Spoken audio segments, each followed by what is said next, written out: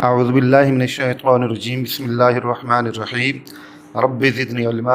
ऐ अल्लाह मेरे इल्म में इजाफ़ा फरमा।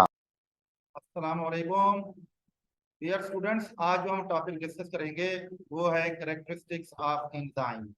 एंजाइम की कौन कौन सी खसूसियात मौजूद होती हैं, मेजर फीचर्स एंजाइम की कौन कौन सी होती हैं। इससे पहले आप लोग ने पढ़ा था कि जो एंजाइम होते हैं दीज आर बायोलॉजिकल कैटलिस्ट, यानी लिविंग ऑर्गेनिज्म की बॉडी के अंदर होने वाले तमाम केमिकल रिएक्शंस में रिएक्टेंट्स को प्रोडक्ट में स्पीडीली यह कन्वर्ट कर देते हैं। अब एंजाइम के अंदर बुनियादी फीचर्स कौन कौन सी होती हैं।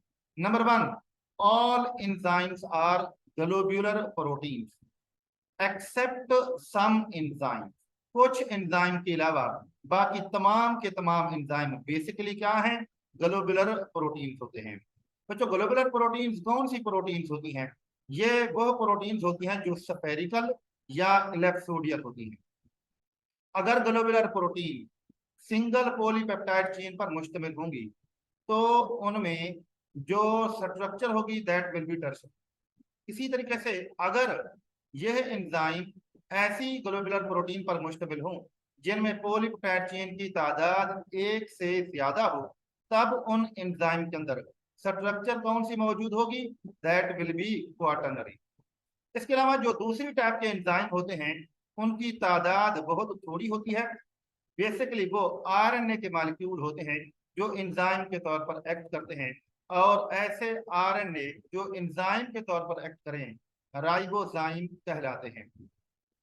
These enzyme are biological catalyst, यानी लिविंग ऑर्गेनिज्म की बॉडी के अंदर ही अपना फंक्शन परफॉर्म करते हैं।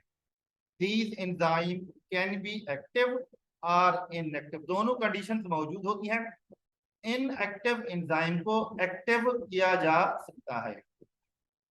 These enzymes increase the rate of reaction tremendously, किसी भी रेट ऑफ रिएक्शन को लाखों गुना इंक्रीज करने की सलाहियत इनके अंदर मौजूद होती है। बच्चे, किसी भी मीडियम के अंदर जहां एंजाइम काम कर रहे हों इनकी कोई ज्यादा क्वांटिटी रिक्वायर्ड नहीं होती।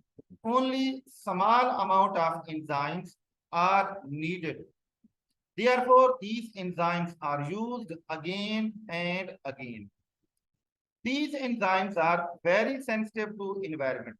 अगर उस मीडियम के अंदर जहां एंजाइम काम कर रहे हो कोई चेंज आ जाए, टेम्परेचर में फ्लक्चुएशन आ जाए, सैल्यूट कंसंट्रेशन के अंदर, रिएक्टेंट्स की कंसंट्रेशन में या एंजाइम कंसंट्रेशन में या पीएच के अंदर कोई तब्दीली आ जाए, तो बच्चों ये एंजाइम इंतहाई सेंसिटिव होते हैं। इनका जो काम करने का अंदाज होता है वो स्पेसिफिक होता है, स्पेसिफिक इन्वायरमेंट में ये काम करते हैं, तो किसी भी चीज को ये अफोर्ड नहीं कर सकते। इनकी जो एक्टिविटी है, इनकी जो कैटालाइटिक एक्टिविटी है वो मुतासिर होती है। एंजाइम किसी भी केमिकल रिएक्शन की स्पीड को कैसे बढ़ाते हैं? एक प्रोसीजर के जरिए बढ़ाते हैं। वो प्रोसीजर क्या है? They lower the activation energy, activation energy को कम करके रेट ऑफ रिएक्शन को इंक्रीज कर देते हैं। अब एक्टिवेशन एनर्जी को कम कैसे करते हैं ये अभी आप लोगों को बताते हैं। नेक्स्ट बच्चे, कुछ एंजाइम ऐसे होते हैं कि जिनको प्रॉपर फंक्शन परफॉर्म करने की खातिर कुछ नॉन प्रोटीन फैक्टर्स की जरूरत होती है, नॉन प्रोटीन मॉलिक्यूल्स की जरूरत होती है, और ऐसे नॉन प्रोटीन मॉलिक्यूल्स को फैक्टर कहलाते हैं। These non-protein molecules या co-factor may be organic or inorganic। अगर ये इनऑर्गेनिक होंगे तब हम इनको एक्टिवेटर का नाम देते हैं। मोस्टली ये एक्टिवेटर मेटल आयंस होते हैं। अगर यह को-फैक्टर ऑर्गेनिक होंगे तब इनकी फर्दर दो टाइप्स हो जाती हैं। एक ऑर्गेनिक को-फैक्टर को हम को एंजाइम का नाम देते हैं जो एंजाइम की एक्टिव साइट के साथ लूजली अटैच होते हैं, और दूसरी जो टाइप के ऑर्गेनिक को फैक्टर है उनको हम पैरासिटिक ग्रुप का नाम देते हैं जो एंजाइम की एक्टिव साइट के साथ कोवेलेंटली अटैच होते हैं, मजबूती के साथ अटैच होते हैं, परमानेंट हिस्सा बनकर एंजाइम के साथ रहते हैं। नेक्स्ट बच्चे, एंजाइम को प्रॉपर फंक्शन परफॉर्म करने की खातिर एक्वस मीडियम की जरूरत होती है। अगर एक्वस मीडियम ना हो तो ये एंजाइम अपना काम परफॉर्म नहीं कर सकते।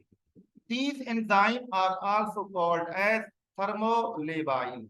अब थर्मोलेबाइल का मतलब ये है कि जिस मीडियम के अंदर ये एंजाइम काम कर रहे हों, अगर उसके अंदर टेम्परेचर में कोई फ्लक्चुएशन आ जाए तो बच्चों ये एंजाइम डिस्ट्रॉय हो जाते हैं, ये एंजाइम डी नेचर हो जाते हैं, डीकम्पोजिशन हो जाती है और काम करना छोड़ देते हैं।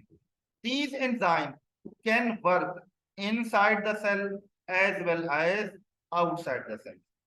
और बच्चे एंजाइम की अगर हम स्पेसिफिक नेचर को देखें तो हम इनको दो ग्रुप्स के अंदर डिवाइड कर लेते हैं।